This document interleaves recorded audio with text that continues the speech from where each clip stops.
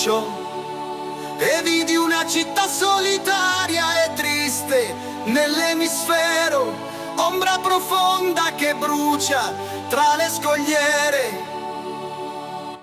Storia non scritta, assenza che incorona le sue palpebre, acciaio anonimo, sangue e combattimenti tra granchi, farfalla liberata dall'insondabile unità. E ora, oh amata, ti dono la mia canzone centenaria. Mi sono immerso nell'universo come un operaio che vuole scoprire la spaziosa parola immutabile.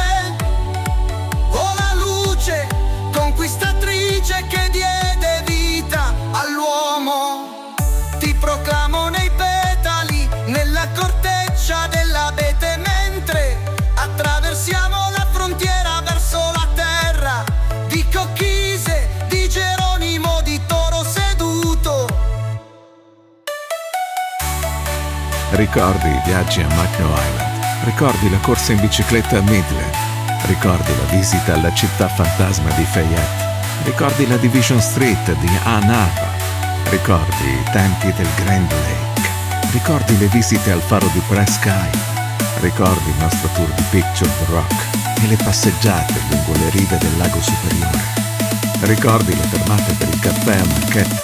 Ricordi gli spettacoli di Al Pina? Ricordi. Io ricordo, e la memoria permette il suo archivio di viaggi e baci, e passioni, risate, e notti di chitarra.